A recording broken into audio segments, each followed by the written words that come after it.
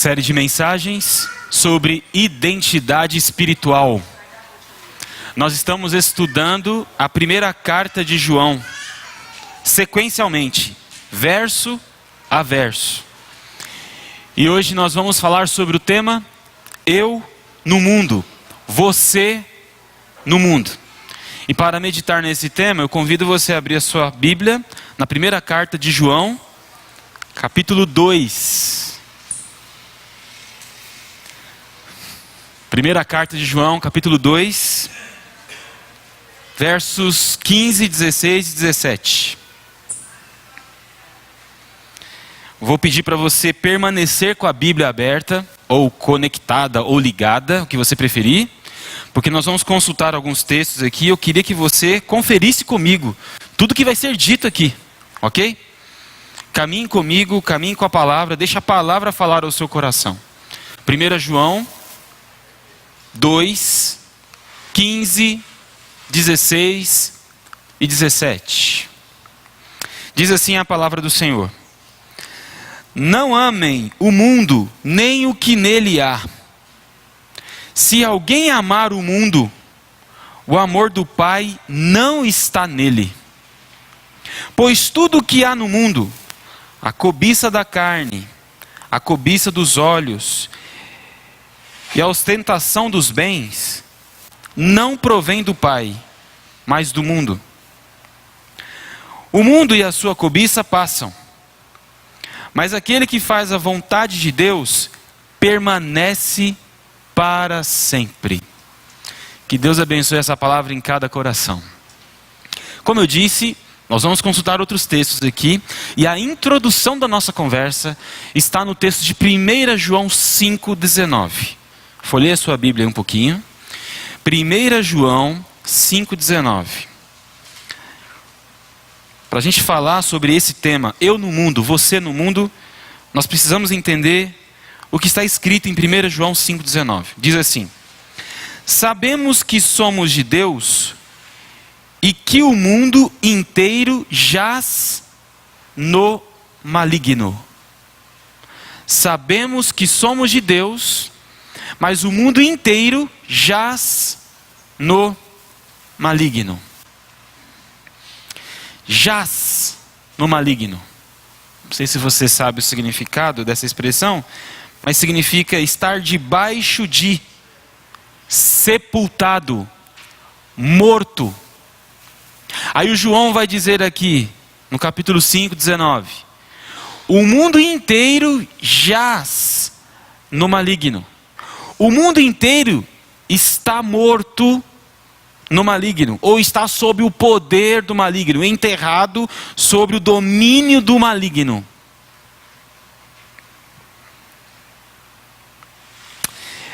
E por que é importante a gente entender essa expressão de 1 João 5,19 para conversarmos sobre 1 João 2, 15, 16 e 17? Para que nós entendamos o que significa mundo, ou termo mundo, na primeira carta de João. Quando eu era adolescente, criança, adolescente, sempre fui da igreja, lá em São Paulo e tal. E quando alguém lia esse texto, o pessoal explicava o seguinte: alguns, né? Não todo mundo, alguns. O que está para fora dessas portas da igreja é mundo. E o que está para dentro das portas da igreja é céu, é de Deus. Portanto, se você tem algum compromisso nessa semana que possa atrapalhar você de participar da nossa série de conferências aqui, cancele esses compromissos. E alguns ainda abusavam, dizendo o seguinte: você marcou um jantar com a sua esposa, cancele o jantar. Você precisa estar aqui. E teve um outro que eu ouvi também na minha infância e adolescência que abusou de vez, dizendo o quê? Se você trabalha à noite, peça demissão. O mundo jaz no maligno. Você está sendo dominado por um governo maligno, então peça demissão do seu trabalho. Naquela época, estava iniciando como é que eu posso dizer? A chegada de grandes mercados na cidade. Extra, Carrefour, enfim. Supermercados que você só encontrava no centro de São Paulo, estava chegando agora nas outras cidades vizinhas do centro. E esses supermercados, até hoje, têm um trabalho louco. E alguns até 24 horas. Então, com a chegada desses mercados nas cidades, naquela época, muitos líderes religiosos, muitos pastores diziam: isso é maligno. Faça a prova de Deus. Peça demissão. Mas o que João aqui está querendo dizer sobre mundo? Com certeza não tem nada a ver com o que eu acabei de dizer. Que o mundo é o que está para fora das portas da igreja e o que é de Deus está para dentro das portas da igreja. Não tem nada a ver com isso. Até porque aqui na Igreja Batista Nova Vida nós acreditamos e nós defendemos essa bandeira do amor. E quem defende a bandeira do amor precisa também entender que todos são bem-vindos. E se todos são bem-vindos, se nós temos essa bandeira do amor aqui, essa bandeira de Cristo do amor que nos cobre, e todos são bem-vindos, nós queremos que o mundo esteja aqui, sendo iluminado pela luz de Cristo. E nós queremos também estar lá, iluminando o mundo, temperando o mundo. Então, quando João diz que o mundo jaz no maligno, é porque um sistema corrupto, um sistema enferrujado, como disse a Lana aqui, um sistema comprometido, tem como governante o maligno. Então não é o que acontece no seu trabalho, na escola, na família, que nós chamamos de maligno, mas sim um sistema que envolve tudo isso. Sistema esse que se a gente não tomar cuidado, entra na igreja e corrompe a igreja também.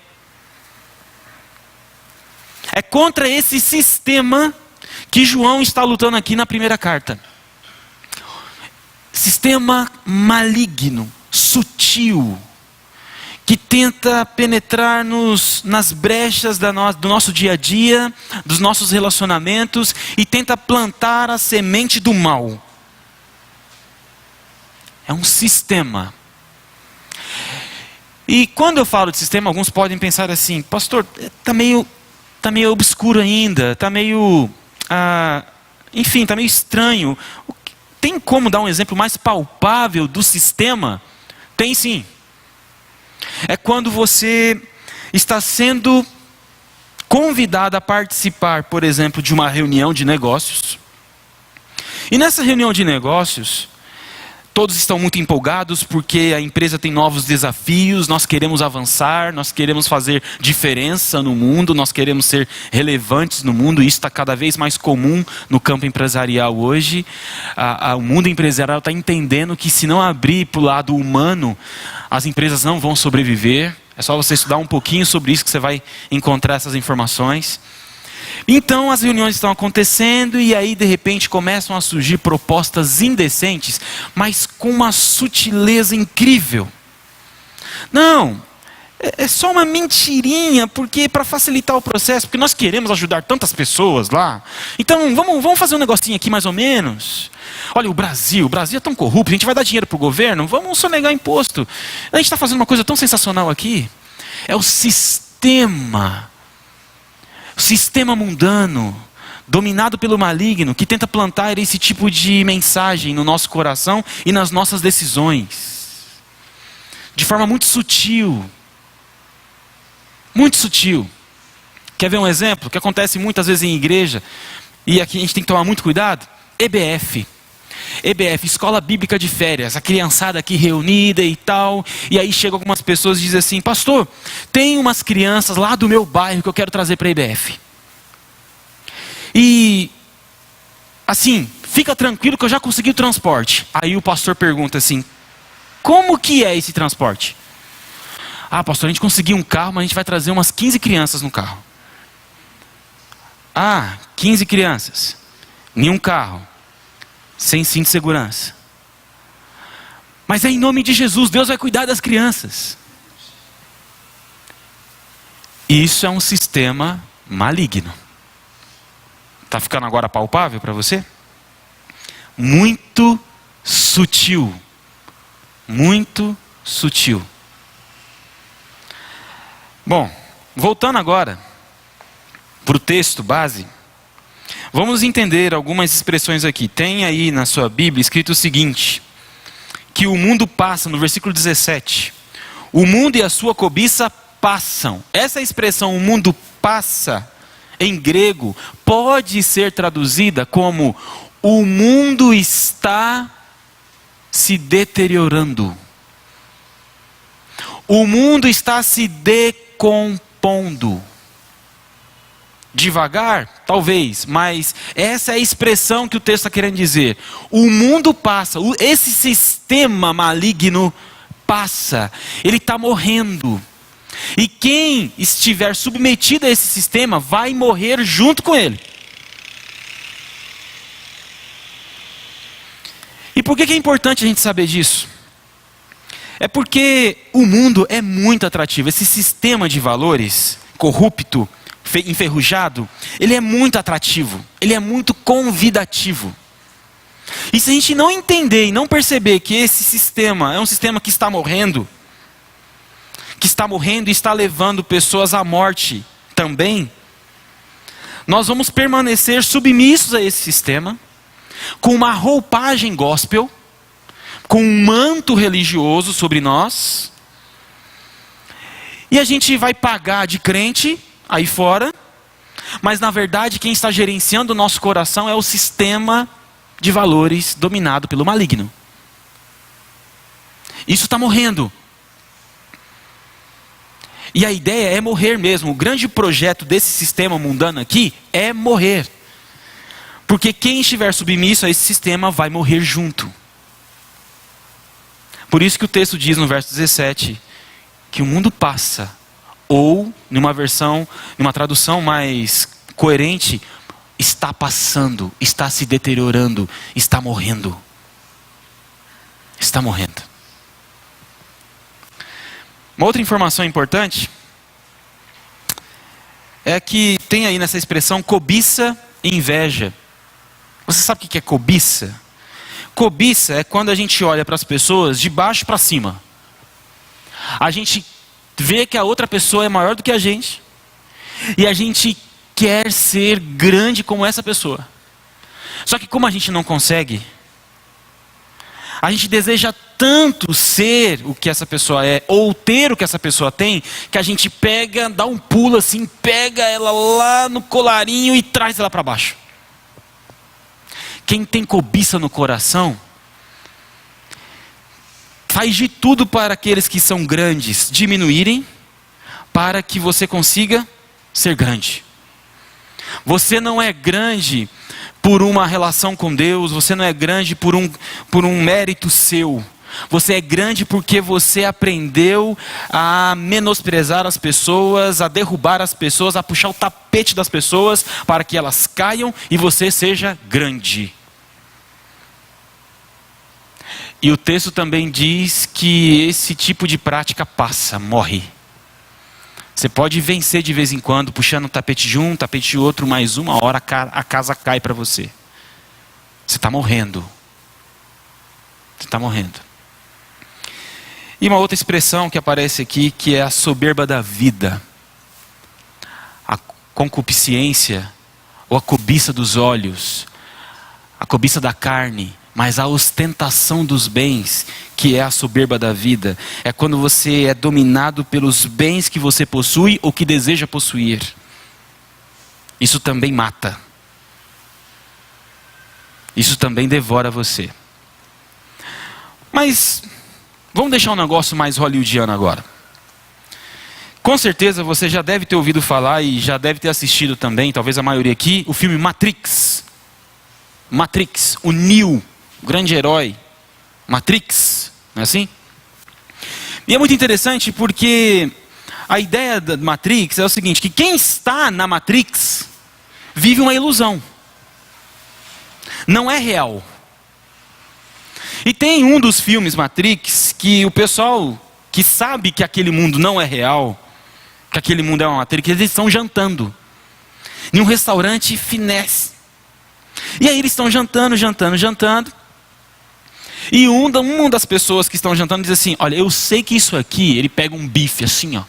Eu sei que isso aqui é uma ilusão, mas é uma ilusão tão gostosa. E morde o bife. Não é real, é imaginário. Tem gente que vive numa Matrix. Quem é submisso ao sistema de valores mundano, corrupto, vive em uma Matrix. Desfruta de muitas coisas boas aos olhos humanos, mas na verdade não passa de uma ilusão. Tem sabor de bife gostoso, mas na verdade não é o sabor de fato, é só uma ideia de sabor. E infelizmente, o sistema religioso é um sistema onde jaz o maligno. Sabe por quê? Porque através da religião, nós podemos também apresentar coisas extraordinárias nessa matrix. E a gente acredita que esse negócio é real. E a gente fala desse negócio como se fosse real. A gente pega a ideia de bife gostoso e passa essa ideia de tal forma que a gente começa a acreditar e começa a convencer os outros que aquela miragem não é uma miragem, é real.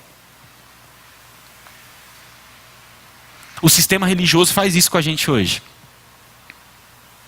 Por exemplo, você já deve ter ouvido a expressão assim, você deve exigir de Deus o melhor desta terra. O que é o melhor desta terra? Bom, para quem usa essa expressão, está querendo dizer que o melhor dessa terra é o melhor do que essa terra literalmente pode te dar. Bens, bons alimentos, condições para ter muitos bens caros, materiais, enfim. Mas isso não passa de uma miragem. É um sistema de valores corrompido pelo maligno com uma capa gospel. E a gente ainda coloca Deus nessa bagunça. Isso acontece com muita frequência. Com muita frequência. Quando nós colocamos os nossos desejos acima de qualquer coisa, mesmo que a gente coloque Deus na conversa, não passa de um sistema corrompido. Não passa de um sistema governado pelo maligno. Mesmo que tenha Deus na história. E o que dizer dos relacionamentos que a gente tem, de amizade? Relacionamento conjugal, de namoro. Tem relacionamentos que são governados pelo sistema maligno. É quando você coloca a sua esposa como a razão da sua vida. Você coloca sobre ela um peso que nenhum ser humano deveria carregar. Deveria amá-la, protegê-la, ampará-la, mas nunca ser a razão da sua vida. Porque a razão da nossa vida é Jesus. E quando a razão da nossa vida é Jesus, aí sim nós mergulhamos num mar de amor e cuidamos das pessoas que nós amamos. Agora, quando nós elegemos uma pessoa como a razão da nossa vida, sistema governado pelo maligno, corrompido, está enferrujado. E o que dizer dos filhos? Quando a gente exalta os filhos de tal forma e coloca os filhos num patamar, num nível, quase como semideuses. Sistema governado pelo maligno. Você está na igreja, você ajuda a igreja, até contribui com a igreja, você participa dos movimentos da igreja, movimentos sociais da igreja, mas no seu coração quem governa é o seu filho. Porque você colocou o seu filho em um nível que nem Deus alcança. Esse é um sistema governado pelo maligno. Interessante, irmãos. Muito interessante isso. Eu entendo que isso é muito mais sutil do que a gente imagina. Muito mais sutil do que a gente imagina. Mas o texto segue. E aqui eu quero deixar mais algumas aplicações para a sua vida. A primeira: não busque coisas efêmeras. Você sabe o que é efêmero? Olha só o que diz o dicionário sobre a palavra efêmero. Achei muito interessante. Efêmero, aquilo que dura só um momento. Passageiro. Um instante. Quem investe a sua vida em coisas efêmeras está sendo governado pelo sistema maligno, corrompido, enferrujado. Coisas efêmeras, que dura só um instante, que pode acabar a qualquer segundo, a qualquer momento. Eu acho isso muito importante. Saber disso é muito importante. Bom, se a gente não deve buscar as coisas efêmeras, as coisas que estão aqui nesse mundo, que são passageiras, a Bíblia diz em Colossenses que nós temos que buscar, Colossenses 3, que nós temos que buscar as coisas que são do alto. E quando o apóstolo Paulo diz que nós temos que buscar as coisas que são do alto, ele está falando de princípios e valores do alto. Ora, se eu estou num mundo onde jaz o maligno, mundo, sistema de valores corrompido, enferrujado, a única maneira de enfrentar esse mundo é com um novo sistema de valores. E esse sistema de valores é um sistema de valores que vem direto do céu. Por isso que o apóstolo Paulo está dizendo lá em Colossenses: busquem as coisas que são do alto. Traga o sistema de valores do céu para cá. Porque é o grande antídoto desse veneno de corrupção que nós vivemos.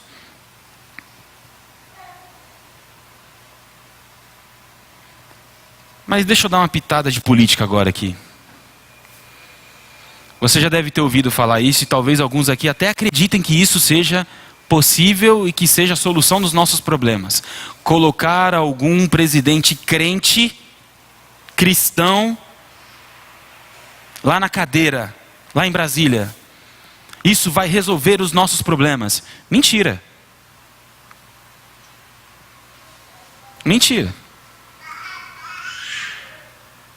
Porque é uma mania feia que muitos brasileiros têm de achar que se a gente transferir a responsabilidade para uma pessoa, a gente vai resolver os nossos problemas. O que a gente está vendo hoje no sistema governamental brasileiro, na verdade é reflexo das nossas famílias. Chega na escola, qualquer escola, particular ou pública, você vai ver o quanto de famílias que transferem a responsabilidade de educação dos seus filhos para as escolas. Vai empurrando para o outro fazer, para o outro cuidar. Hoje a nossa política está desse jeito. Nós temos que colocar uma pessoa crente lá que vai resolver. Mentira. Nós temos exemplos de governadores de estado que se apresentaram durante a sua campanha política como pessoas de Jesus, pessoas crentes evangélicas, que estão atolados até a tampa por essa corrupção maldita do nosso país. Então isso não resolve o problema. O que resolve o nosso problema é se nós pegarmos os valores do reino de Deus e trazer para cá e começar dentro de casa. Então essa mentira descarada que a gente vê nas reportagens sobre os nossos governantes, vai acabar no dia que a gente parar de mentir dentro de casa. No dia que a gente parar de mentir para as nossas esposas, nossos maridos, nossos filhos, nossos pais. É o sistema de valores do céu implantado na nossa vida e isso vai esparramando. E aí lembramos do Salmo 23, o cálice transborda e vai transbordando e aí vai curando a nossa nação. Por isso, missões nacionais. Transformação em vida. Por isso, nós somos a turma de Jesus para transformar e plantar a vida nesse mundo. Nós somos a turma de Jesus porque nós possuímos os valores do reino de Deus. Agora, quando a gente chega nesse mundão, onde jaz o maligno, com com um discurso gospel, mas com uma ação prepotente, arrogante, opressora, nós estamos tão corrompidos quanto o mundo. O sistema de valores do céu nos ensina que o primeiro passo para uma transformação é o reconhecimento que você não dá conta. Então jamais nós deveremos colocar um S no peito e dizer assim: somos super. Nós somos da igreja de Jesus, somos super. Não somos nada. Nós somos poeira. Se não for a graça de Deus agindo no nosso meio, a gente não faz nada. Nada. Então não busque coisas efêmeras, busque as coisas que são do alto, para que haja um ressignificado em tudo aquilo que você faz, nas coisas mais comuns, tudo. Segunda coisa que eu queria deixar para você, sobre as paixões materiais. Eu queria que você abrisse sua Bíblia agora comigo em Filipenses. Filipenses 4, 12 e 13. Filipenses 4, de 12 a 13. Diz assim a palavra do Senhor. Olha só que interessante. Geralmente é o versículo 13 que você escuta. Mas quando a gente lê o versículo 12 e depois junta com o 13, você percebe que o ensinamento é muito mais profundo. Olha só que beleza. Filipenses 4, 12. Sei o que é passar necessidade e sei o que é ter fartura. Aprendi o segredo de viver contente em toda e qualquer situação, seja bem alimentado, seja com fome, tendo muito ou passando necessidade, tudo posso naquele que me fortalece. Eu posso tudo naquele que me fortalece, porque aquele que é tudo na minha vida, me ajuda a lidar com a escassez e com a abundância. É isso. Se Deus quer tudo na minha vida, me ensinou a viver com um pouco e com muito, por que que eu vou entrar num esquema para ganhar dinheiro em cima dos outros? Não há necessidade. Tudo que eu preciso já está em mim. Deus. Esse sistema de valores do céu já está em mim. E se está em mim, me basta. Me basta. Quando alguém chega com uma proposta indecente para ganhar alguma coisa em detrimento da humildade ou da ignorância das outras pessoas, eu imediatamente barro aqui e falo: não, isso não tem nada a ver comigo. O meu sistema de valores não é corrompido, o meu sistema de valores veio do céu, veio do alto. Então eu vou lidar com essa crise econômica brasileira sem me corromper. Eu não vou dar jeitinho para conseguir dinheiro às custas dos outros, não. Eu vou suar minha camisa e vou trabalhar honestamente. Mas pastor, está uma roubalheira assim descarada no nosso país, na nossa nação. Nem um jeitinho? Não. O nosso sistema de valores não comporta esse tipo de prática corrupta. Não comporta. Então, meu irmão, se você está ganhando dinheiro na base do esqueminha, para com isso em nome de Jesus. Você está morrendo e não está sabendo disso. Você está morrendo. Tem um buraco negro te engolindo e você nem está sacando. Acorda. Acorda. Se você é prestador de serviço, cobre preços justos. Não entra nesse esquema mundano em nome de Jesus. Na época da Copa, nós passamos uma vergonha com os estrangeiros. Tinha estrangeiro que pagava gente honesta. Gente honesta ganhou dinheiro na época. Pagava gente honesta para dizer: eu posso acreditar naquele comerciante? O que ele está cobrando de mim é o valor justo, ou ele está se aproveitando porque eu tenho dólar no bolso? Infelizmente, o Brasil é visto assim. Quando tem piadinha fora do nosso país, que desenho animado faz. Lá no Brasil sempre mostra samba, carnaval e corrupção. Nada contra o samba. É a nossa raiz. Agora, carnaval e corrupção, misericórdia. Misericórdia. Nós não podemos aceitar isso. Isso começa dentro de casa. Mudança começa dentro de casa. Terceira. Essa terceira aqui, irmãos, eu peço assim que você preste mais atenção ainda, porque vai falar de uma questão muito íntima. Paixões sexuais. Quando o texto de 1 João diz que a cobiça dos olhos e a cobiça da carne. Cobiça dos olhos é você desejar alguma coisa material, já falamos sobre isso. A cobiça da carne é quando você não põe freios nos seus desejos sexuais, abre a porteira e vai.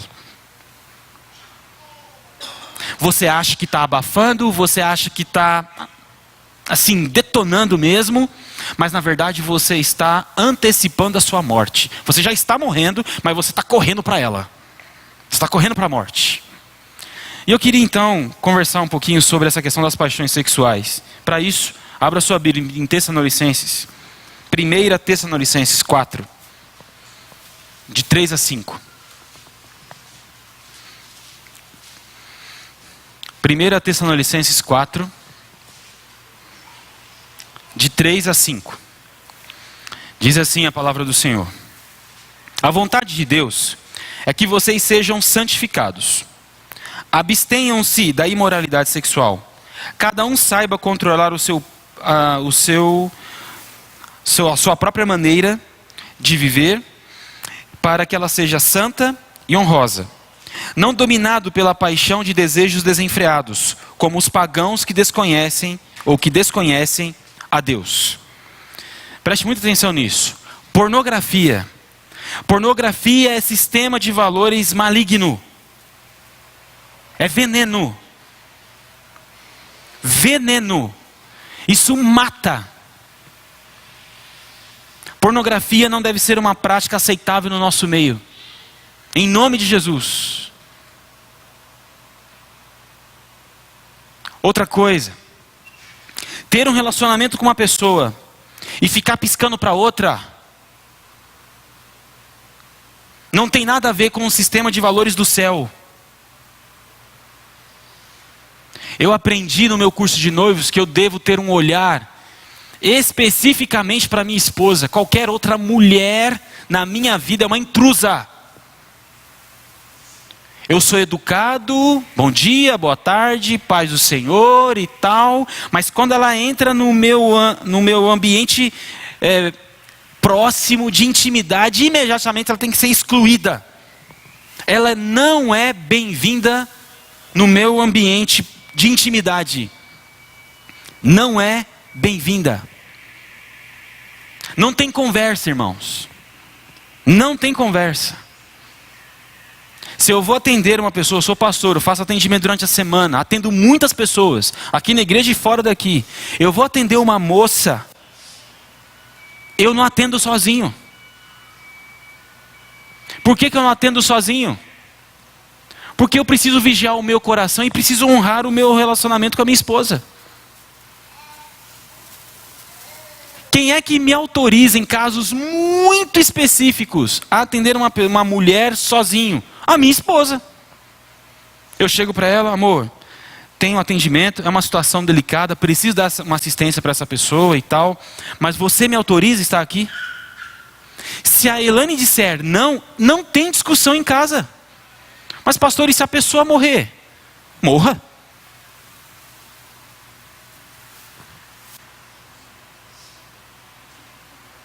Simples assim. Tem coisas, irmãos, que são inegociáveis. Inegociáveis. Eu preciso zelar pelo meu coração. Não é isso que disse Jesus? Que a gente tem que amar o próximo como a si mesmo? Eu me amo. Eu preciso me cuidar, eu preciso me proteger, eu preciso me resguardar. Eu preciso me cuidar. Agora, a Elane autorizou? Ok, às vezes o que a Elane faz? Ela cancela a agenda dela. Olha só, eu interferindo na vida profissional da minha esposa. Às vezes ela cancela a agenda dela e vem comigo aqui para que eu possa atender a pessoa. É um preço que a gente tem que pagar. Não tem conversa. Não tem conversa. Mas ainda tem mais uma questão sobre paixões sexuais que eu queria destacar aqui. que são as conversas e piadinhas maliciosas que a gente participa. Ô praga! Ambiente de trabalho, tem sempre alguém que chega e mostra uma foto pornográfica, ou está numa roda fazendo uma piadinha nesse assunto. E aí às vezes você quer ser politicamente correto e você dá aquele sorrisinho. Ah, é assim mesmo. Não, não é assim mesmo, é inegociável. É inegociável. Piadas com segundas intenções não pode sair da boca de alguém que é salvo em Cristo Jesus. Como eu disse, a gente quer ver mudança no nosso país, tem que começar em casa. Em casa. E o que eu estou falando aqui serve para meninos e meninas. Tem muita mulher envolvida com pornografia. Tem muita mulher com uma linguagem assim, muito suja. Misericórdia. Isso tem que acabar no nosso meio. A gente tem que ser chato se for preciso. Chegar para a pessoa que convidou a gente a participar dessa roda dos escarnecedores e dizer o seguinte: eu não participo dessa porcaria, estou fora. Os meus sistemas de valores do céu não comportam isso aí. Você quer que a gente mantenha a nossa relação? Então você vai ter que aceitar o meu sistema de valores. E o meu sistema de valores ama você, mas não aceita essa porcaria. Então vamos tomar alguns cuidados sobre isso. Sobre paixões sexuais, daria para a gente conversar a noite toda, mas eu quero fechar a nossa conversa sobre um último conselho, uma última orientação, sobre arrogância e autossuficiência. O texto diz, em 1 João 16, cobiça dos olhos, cobiça da carne, ostentação dos bens, tudo isso não procede do Pai. Mas no versículo 17 diz assim: o mundo e a sua cobiça passam, mas aquele que faz a vontade de Deus permanece para sempre. Sabe qual que é o segundo passo depois da cobiça? É a arrogância. E eu vou ilustrar aqui para você entender. Lembra quando eu disse que a arrogância é você pegar a pessoa que está lá em cima, que é maior que você, e trazer aqui para baixo? Então, isso é arrogância. Perdão, isso é cobiça. Perdão. Isso é cobiça, isso é inveja. O que é arrogância? É quando você pisa na cabeça da pessoa que você puxou o tapete. Você já é maior que ela e agora está dizendo: agora você vai ficar debaixo dos meus pés. Vou pisar em você. Eu tenho prazer de pisar em você. É arrogância. São aqueles que sempre têm a razão. Nunca querem perder numa discussão. Esqueceram de aprender com Jesus que muitas vezes para você ganhar você tem que perder. E gente que quer ter razão em tudo, possivelmente está sendo conduzida por um sistema de valores corrupto, governado pelo maligno. Gente que numa relação quer ter um ambiente de amor, um ambiente de restauração, um ambiente de paz, de vez em quando tem que perder para ganhar. Perder para ganhar. Porque aquele que faz a vontade de Deus permanece para sempre. Mas quem é governado pelo sistema de valores mundano, morre. Morre. E eu queria então, para fechar, que você lesse comigo Mateus 23. Mateus 23, versículo 12. Mateus 23, 12.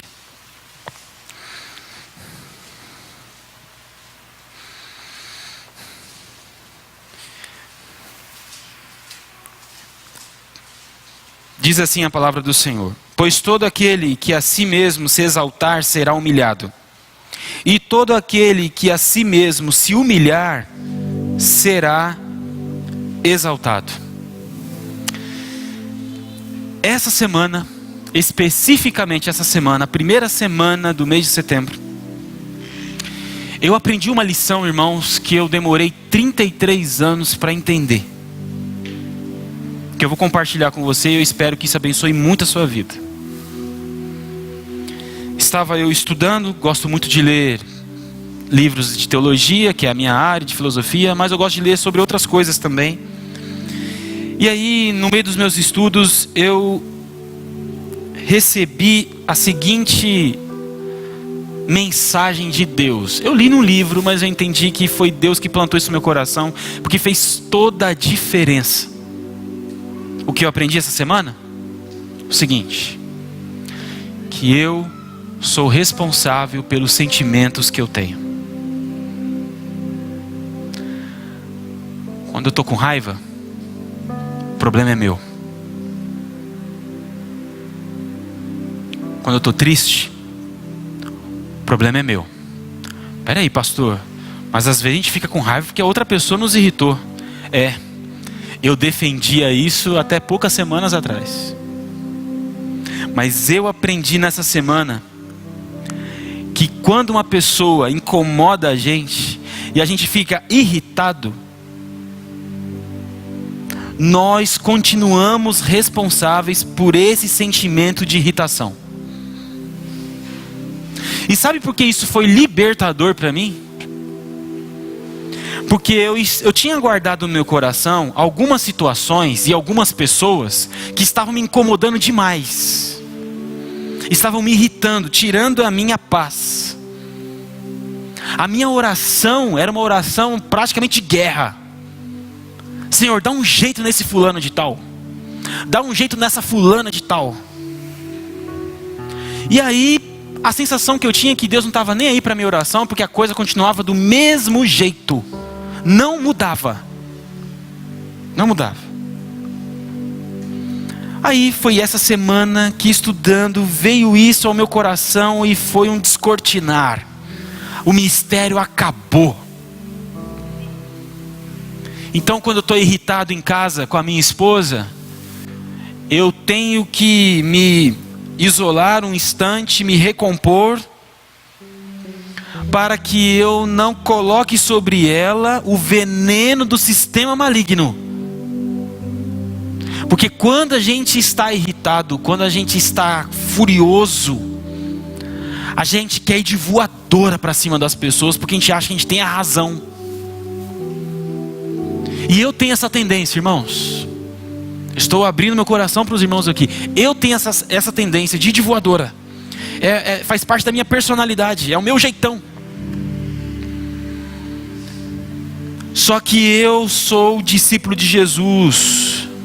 Eu sou salvo pelo sangue de Jesus na cruz. Tem um novo sistema de valores em mim. Eu não posso cair nessa lama maligna. Porque às vezes tem pessoas que chegam para mim e pedem licença para soltar um palavrão. Estou irritado, pastor, dá licença, você me entende, né? De certa forma eu entendo, mas eu não aceito. Não posso aceitar. Porque eu também lidava dessa forma e fazia vista grossa para alguns pecados. Ah, Deus sabe. E pronto, cometi o erro. Nada, irmãos, nada pode justificar a nossa arrogância. Nada. Então, a minha conversa com a minha esposa mudou. Mudou radicalmente. Eu queria vencer, eu queria argumentar para vencer e tal. Eu percebi que, se ela não está entendendo o que eu estou falando, eu preciso me reinventar para que ela entenda. Não entendeu hoje? Um dia vai entender. Ou talvez não vai entender. O nosso amor não pode ser comprometido por causa disso. Vamos caminhar junto. Vamos caminhar junto. Agora eu preciso me policiar sempre. É luta. É luta. Por isso, irmãos, série de mensagens, identidade espiritual. Nós estamos falando de um outro nível de espiritualidade. Não é prática religiosa, não. É vivência dos valores do reino de Deus, aqui e agora. Aqui e agora. Eu quero que as nossas crianças, que nós acabamos de orar aqui por elas, que elas possam ver em nós esse sistema de valores.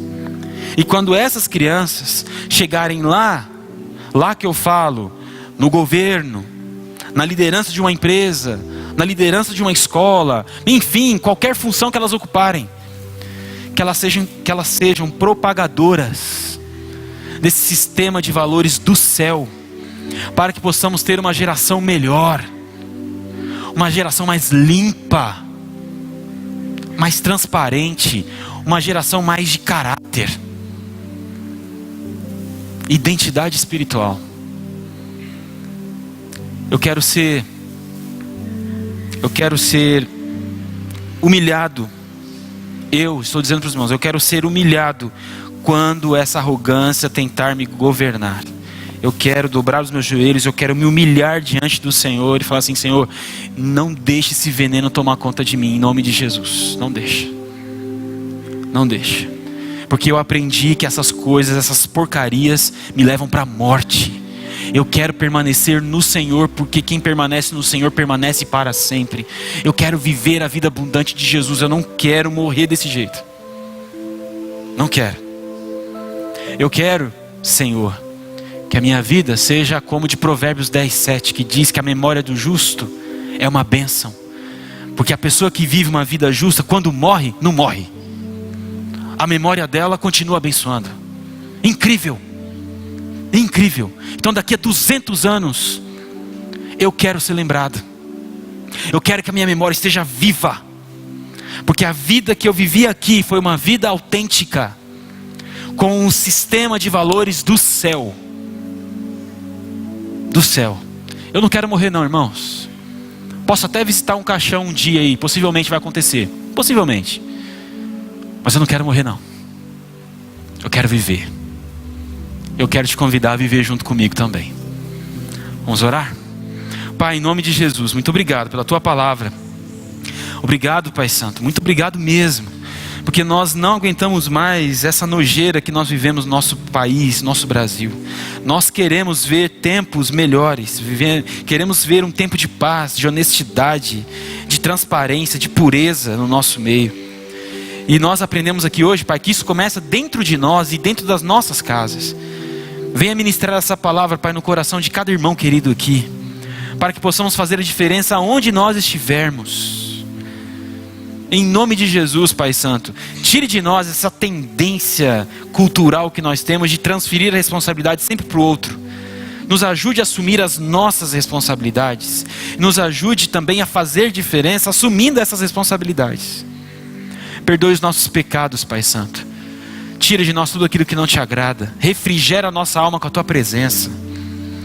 E faça de nós agentes de transformação em vida. Transformação em vida por onde a gente passar. Pai, obrigado por todos aqueles que estão nos visitando aqui, que trazem tanta alegria ao nosso coração. Que eles também façam a diferença onde eles estiverem. Nos leve em paz para casa, Pai. Guardados e protegidos pelo Senhor em nome de Jesus. Amém. Graças a Deus. Amém. Obrigado. Deus abençoe a sua semana. Muito obrigado pela sua atenção. Vamos cantar mais uma música.